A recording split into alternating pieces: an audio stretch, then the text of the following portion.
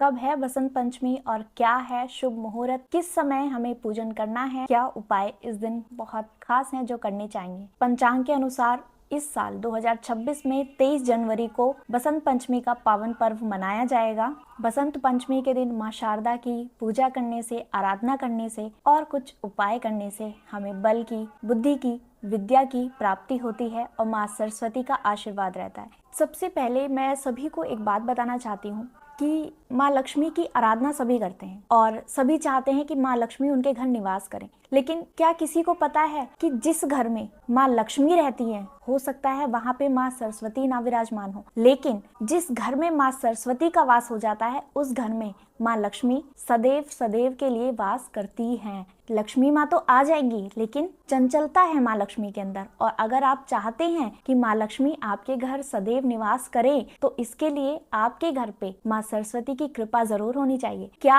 हम इस दिन खास करें जिससे आपके घर में माँ सरस्वती विराजमान हो, और जब माँ सरस्वती आपके घर आएंगी तो माँ लक्ष्मी को अपने आप ही आना होगा। और बच्चों से आप क्या ऐसे उपाय करवा सकते हैं जिससे बच्चों के ऊपर माँ सरस्वती की कृपा हमेशा हमेशा के लिए हो जाए और आपका बच्चा पढ़ाई में बहुत अच्छा करे। पूजन का जो सबसे शुभ मुहूर्त है सुबह 6:43 से लेकर 12:15 तक बहुत अच्छा शुभ मुहूर्त है। इस समय पे आप माँ सरस्वती की आराधना करें तो आपके घर में माँ सरस्वती का आशीर्वाद हमेशा बना रहेगा। और जो अभिजीत मुहूर्त है 11:53 से 12:58 तक, इस समय आपको माँ सरस्वती की आराधना करने से दुगने फल की प्राप्ति होगी। माँ सरस्वती का मंत्र जिसकी आप एक माला का जाप अगर इस दिन करते हैं तो बहुत कृपा माँ सरस्वती की आपके ऊपर बनी रहेगी। ओम ऐं सरस्वते नमः, ओम ऐं सरस्वते नमः। इस मंत्र का एक माला जाप इस दिन आपको जरूर करना चाहिए विशेष कृपा प्राप्ति के लिए।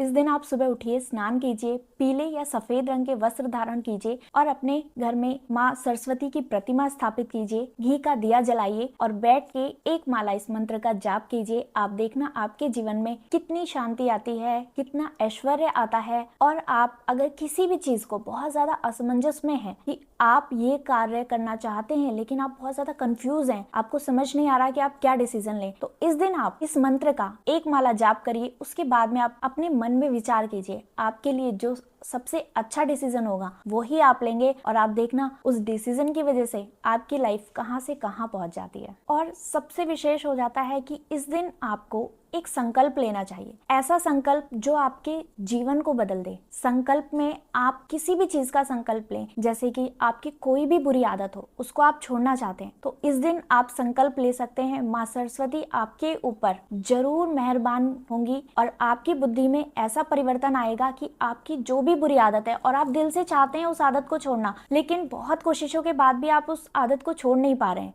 तो आज माँ सरस्वती का नाम लेकर अगर आप संकल्प लेंगे कि माँ आप मेरी बुद्धि में ऐसा परिवर्तन लेकर आओ कि मैं उस चीज को भूल जाऊं और मैं ऐसा गलत कार्य ना करूं और मैं इस चीज को छोड़ना चाहता हूं, आप मेरी सहायता करो, तो आप देखना माँ सरस्वती की कृपा आपके ऊपर जरूर होगी और आप अपनी उस बुरी आदत को जरूर छोड़ पाएंगे। आपका बच्चा अगर पढ़ाई नहीं करता है या उसका मन नहीं लगता पढ़ाई करने में, या वो याद करता है लेकिन उसको याद नहीं रहता है, तो आज ऐसे उपाय बताएंगे हम जो आपके बच्चे के लिए बहुत कारगर साबित होंगे। आज के दिन आपको अपने बच्चे के हाथ से चाहे आप कॉपी का दान करवा सकते हैं, चाहे आप पेन का दान करवा सकते हैं, पेंसिल का दान करवा सकते हैं, इरेजर का दान करवा सकते हैं। इन सब चीजों का दान आप अपने बच्चे के हाथ से किसी भी गरीब बच्चे को जरूर करवाएं और आप देखना कि आपके बच्चे की लाइफ में कितना बड़ा परिवर्तन आएगा। अगर उसका मन नहीं लग रहा है पढ़ाई में तो धीरे धीरे उसका मन पढ़ाई में लगने लगेगा। और किसी गरीब बच्चे को दान करवाएं, कुछ किताबें हो सकती हैं, कुछ कॉपियां हो सकती हैं, कुछ पेंसिल आप दान करवा दीजिए, पेन दान करवा दीजिए, स्टेशनरी का कोई भी सामान। यदि आपका बच्चा